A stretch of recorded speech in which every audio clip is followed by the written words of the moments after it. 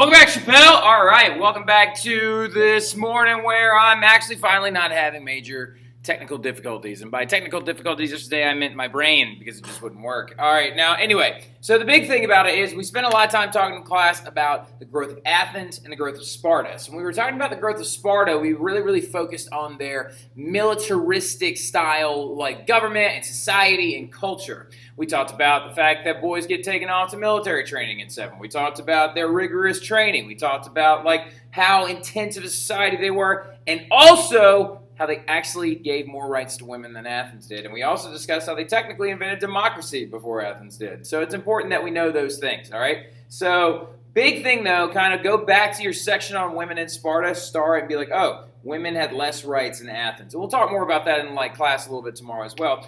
But I know in D period we left off on this slide and we have one more little thing to talk about. But when we were discussing Athens, the main thing most people focus on with Athens is their government, right? Everyone focuses on the intelligence, education, and government of Athens, particularly on the fact that they are accredited with inventing democracy first. Now, they really didn't probably. Democratic systems have probably existed in tribal status before then. However, the Athenians were the first ones under this guy, Solon, to kind of progressively reform their society and push themselves towards a democracy. In the sense of going from being an aristocracy and an oligarchy when wealthy people were in charge and they were debt-slaving people and disenfranchising poor people.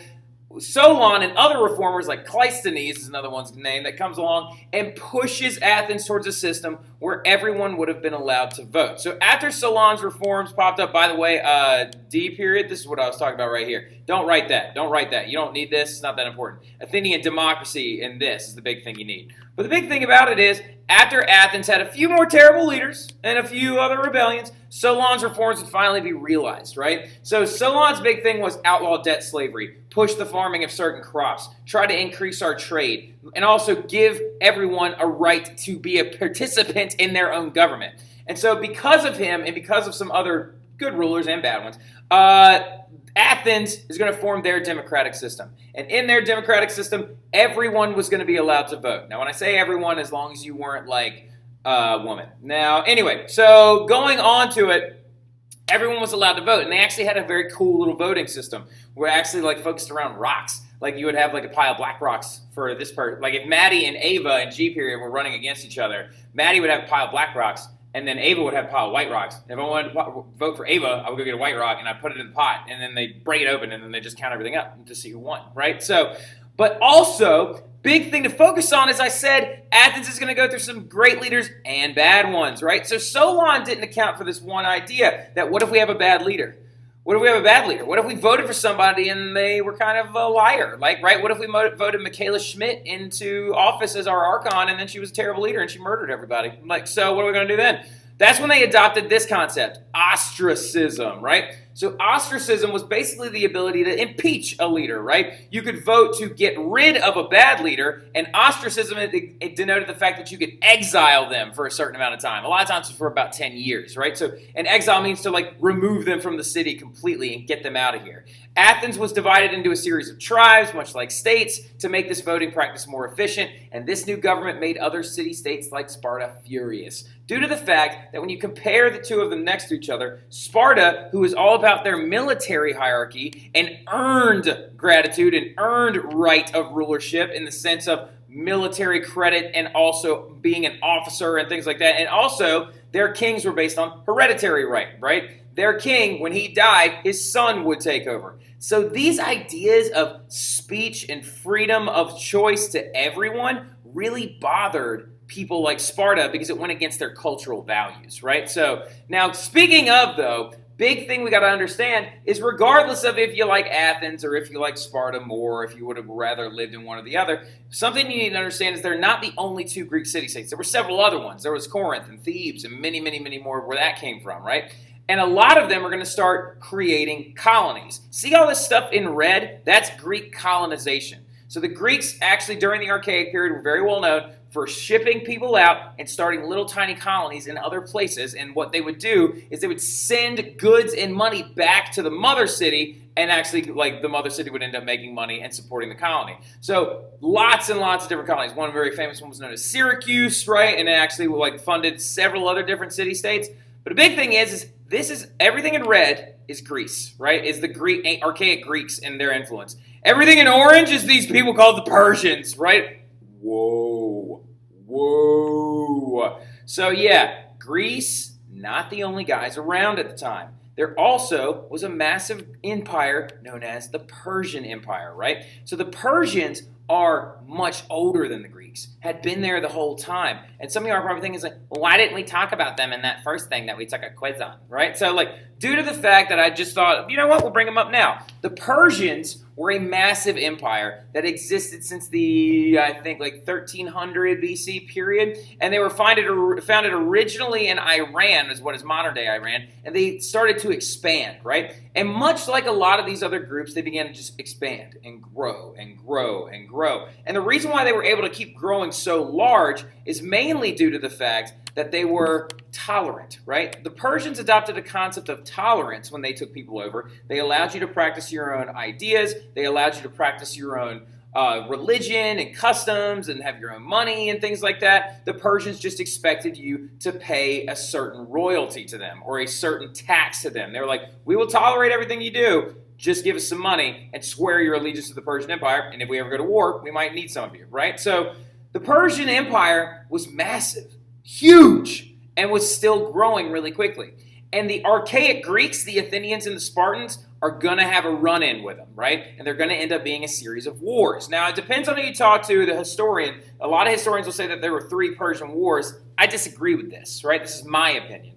I believe that there aren't 3 Persian wars, that there's 1 revolt and 2 Persian invasions, right? There is simply 1 Ionian Revolt that the Persians crushed, so you can barely call it a war. And then there are 2 Persian invasions that are defined by about 2 or 3 large battles each. And so basically, in a nutshell, it's just 2 smaller invasions, right? So what we're going to use in class is 1 revolt, 2 invasions. Write that down. 1 revolt, 2 invasions. Write that down. 1 revolt, 2 invasions. So when we're getting into it, you got to start off with a revolt, right? So the Ionian Revolt was the thing that happened first, and it occurred in 546 BC. And so going kind of backwards to where this whole thing started, Persia is expanding. Its empire is getting bigger. They're gobbling up more territory. They took over a place called Lydia, where they learned how to make money, and then they taught the other Greeks how to make money. They took over the former Assyrians. They took over the former Egyptian empire at one point. They took over tons of different area, and like I said, all they said was, you just have to swear allegiance to us and pay a tax. You can keep your religion and keep your customs and keep all your stuff. You don't even have to call yourself Persian. You can be Greek. It doesn't matter. So the Persian Empire conquered this small little colony called Ionia, right? So Ionia was located right here on the edge of modern-day Turkey, close to where Troy would have been, right? Now Ionia, though, was a Greek colony. So since they were a Greek colony, the Ionians felt that they didn't want to be controlled by the Persians, and they start pitching a fit, right? Like, I've seen a toddler before pitch a fit, how they just, like, freak out, and they're like, ah, and they, like, are just, like, banging their hands on the ground. That's Ionia at this point, okay? The Ionians started getting really, really upset, and they refused to pay that tax, and they start to rebel, and they start to burn their fields, and they also start attacking the Persian occupation force. So there were Persians there making sure that they were supposed to be doing what they were supposed to be doing in Ionia, and they start attacking them. And a lot of the Persians are like, what are you doing? And they kind of just like quell this rebellion, and a lot of them start to realize that these weapons that they're using are not Ionian made. Secretly, the Athenians had been sending weapons and goods to the Ionians to have this revolt. Now, really quickly, how do you think that's going to make the Persians feel when they find out that Athens in Greece was sending a buttload of stuff to the Ionians to have a revolt against them? Exactly, they're going to be very upset. All right, so now fast forward to who's going to actually be in charge here. Darius the First is the king of Persia during the Ionian Revolt. It says First Persian War right here. Put the Ionian Revolt. That's my fault.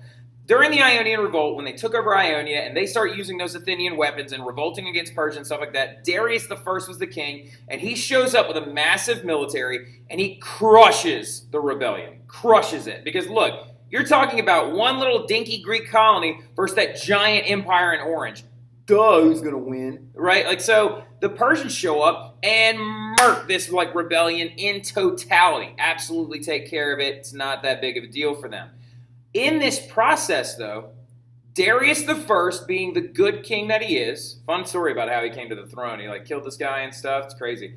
But, like, really quickly, though, being the good king that he was like, I'm going to leave Athens alone. I'm not going to go in there. I'm not going to conquer Athens. I'm not going to go try to take them over. I'm not going to do all that because it's not necessary right now. But then it was this weird little thing happened, and about 16 years later, 16 years go by, and apparently every day, a servant came up to Darius after he crushed the Ionian Revolt and kept whispering into his ears, Master, King Darius, remember the Athenians. Like, have you ever had a friend that'll never let you forget a grudge? Like, never let you forget a fight that you had with somebody, never let you forget an argument or whatever, and they just keep bringing it up all the time? It's kind of like that. This servant kept going, Master, remember the Athenians. Every day, Master, remember the Athenians. And so over time, over years and years and years, Darius decides he's had enough, right? Yeah, you like that, didn't you? You didn't see that coming. Now, look, so the big thing is, though, the cause of the first Persian invasion of when the Persian Empire under Darius the First decides that they want to directly go after Athens happens mostly due to the fact that Darius wants revenge for the Athenians interfering in that original revolt. You gave the people revolting against me weapons and ships? Fine. I'm going to come over there and I'm just going to take you over, right? So after enough time to rebuild a massive invasion force, Darius assembles thousands of men, all, of course, after being reminded every day that the Athenians made him mad. A massive invasion force. And he decides that he is going to launch his mainland invasion of Greece in 490 BC at this place called Marathon, right? So Marathon is a smaller city-state in area, not in Athens, right? So Marathon is actually quite a long distance from Athens. It's about 26 miles away from Athens. So the plan for Darius was, we will land in Marathon, and we'll come down that 26 miles, and then we'll invade the city directly, right? Well, the Athenians heard that the Persians were coming, right? They were like, oh, okay, the Persians are coming to invade us. That guy Darius is going to be really intense. He's going to freak out, all right? So the Athenians mustered the largest army they could. Now, some of you are like, I thought the Spartans had an army, and those were those guys. The Athenians still had an army. It just wasn't as good as the Spartan army. And speaking of the Spartan army, they're not even involved in this at all because the Spartans are like, they want to attack you. They don't want to attack us. So the Athenians send a very large army to Marathon, but they are heavily outnumbered, almost 8-1 by Persians, right? The Persian army is massive. Way bigger, almost 8 times the size of the Athenian army at the Battle of Marathon. But some crazy stuff happens. A Disney movie moment. The Athenians muster their strength, and they actually beat the Persians, which is crazy enough at the Battle of Marathon. So as you can see right here, 1, 2, 3, 4, 5, 6 little divisions of Athenians, and then you had about 8 different divisions of infantry by the Persians and 2 divisions of cavalry. Also, they had a massive naval fleet that showed up as well, and this was the Battle at Marathon, right? And the Battle of Marathon only took a couple hours for it to actually go from being started to finish, but the crazy thing about it was the Persians didn't bet on one thing. You're fighting on someone else's turf, right? This is Greek land. They know this land, and they understand how to use it. And they have this little system called the phalanx that you've never seen before. So the Greeks decided to assemble on a hill, right? So the Athenians were up here on the top of the hill, and their entire infantry then swooped down and attacked the middle section of the Persian forces. What this caused is the Persian forces began to kind of sink into the middle, right? They started attacking into the middle of the Athenian lines in response. And so what the Athenians did was they encircled them, right? They circled them, flanked them on either side, and then just started lighting them up with spears and bow and arrows and attacks from the exterior. And what's going to happen is 6,400 Persians are going to perish at Marathon. 6,400 Persians of Darius's army die at Marathon, and only 192 Greeks die. That's it. Like you're talking about 6,400 deaths for the Persians, 192 deaths for the Greeks. So this is a momentous moment, a crazy event where the Athenians were supposed to lose, but they still won. Let's go! But the thing that ends up going down, of course, you got to create a little bit of a myth to go along with it to like just kind of bump some stuff up. But look, if this actually happened, it's a pretty fun story. So this guy right here is an Athenian soldier, right? And everybody was so excited that the Athenians had won and so mind blown that they're just all jacked up and they're just all juiced up and they're like ready to go. And they say, dude, someone has to go back home and tell them that we won. Somebody's got to go tell them. This is crazy. And so this guy volunteers and his name is Phytopedes, right? And like a lot of people say it's Pheidippides. I say Phytopedes. Now look, so let's say he's Pheidippides, right? This guy Pheidippides says, I will go home and I will tell them of our victory. And so he runs. He just starts running, right? He carries the message 26 miles. He runs 26 miles from Marathon all the way back to Athens to tell them, hey, we won. But what ends up happening when he gets to Athens, he actually just goes like this, because this would be me after 26 miles wearing full armor and no shoes. I'd be like,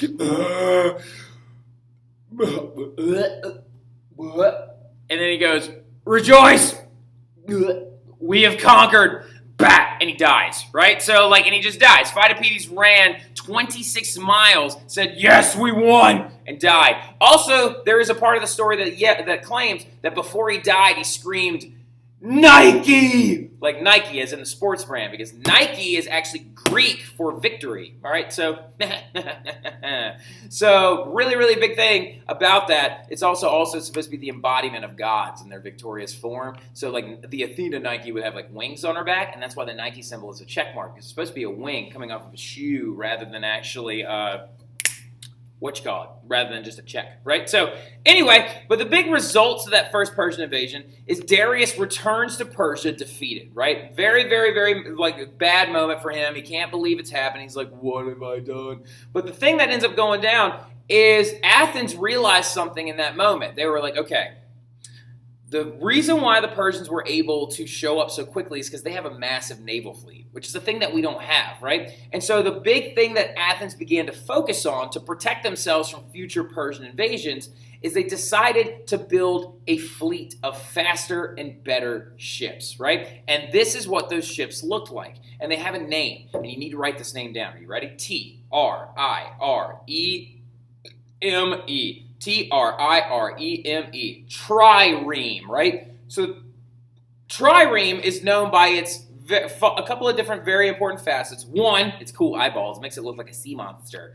Also, it's man-powered and air-powered as well, right? And there's a big reason behind that. It also has a triangular shape and actually is a very important asset to the reason why it's called a trireme, right? So the trireme, though, is a naval vessel that is meant to sink other enemy boats. And the reason why it was able to do that is because of this thing right here. That right there would sit underneath the water, and it was hidden. And what it was a battering ram, right? So basically, the Athenians created these vessels with a sharp pointed front and a battering ram on it so they could literally row their boat into an enemy ship and go and pop it, and it would just go, and it would just sink, right? So the Athenians now have a massive navy, and they also decide that they want to create an alliance for the very first time in Greek history with other city-states. Now, it doesn't get off of its feet just yet, because it doesn't take very long until Persia decides they want to come back, right? So what ends up happening, though, is the second Persian invasion goes down.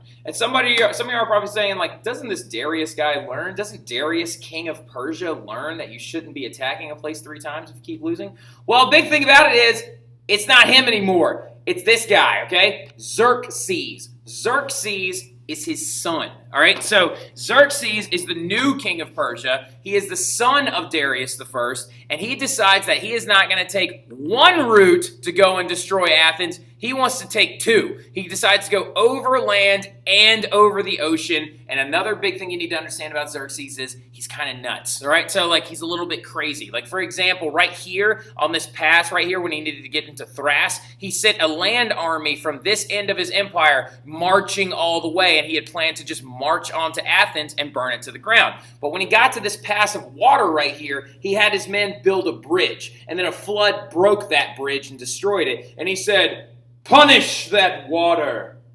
Get some whips and with it. And this guy's a little bit weird, right? But he's also really intense. So he decides to take a massive naval fleet this way and a land army that way.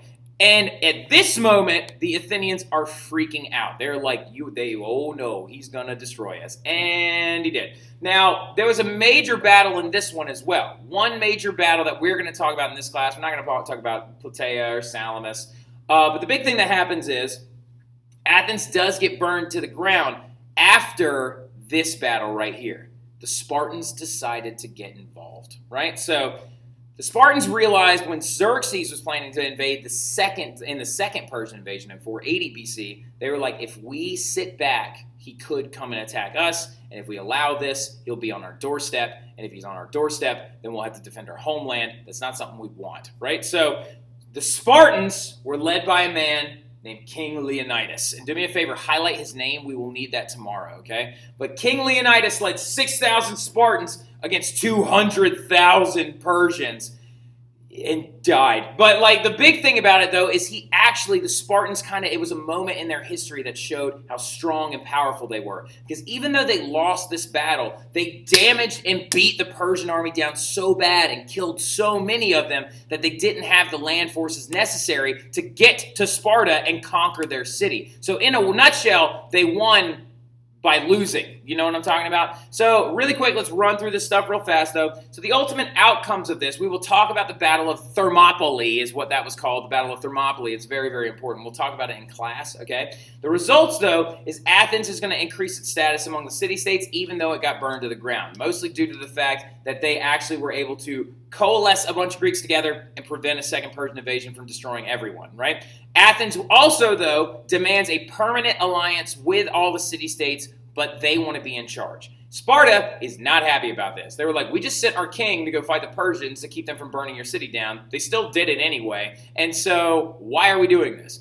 Athens wants this newfound authority, and Sparta is not having it. And so what ends up going down is the Delian League was formed. The Delian League is very important. The Delian League is the alliance that Athens formed with all of its different entities, right? So everyone who was an ally with Athens had to pay a tax to be in their group. And all that money was collected by Athens. And that's a big reason why Sparta is so angry. Because Athens is using the profits from this military alliance to grow their influence and grow their military. Sparta is like, all they're doing is ripping you off. And so what does this do? It creates a permanent rivalry between Sparta and Athens, right? And they begin to dislike each other, and this is going to lead to a war later, right? So the big thing is, though, is we're going to stop right here, focus on the Delian League, and focus on this thing right here. Star it, because the biggest problem with this Delian League was the fact that Athens collected dues from the members, and they were going to use it to promote only the style of government they use, and also to rebuild their city. But we'll talk about that stuff soon. I'll see you tomorrow.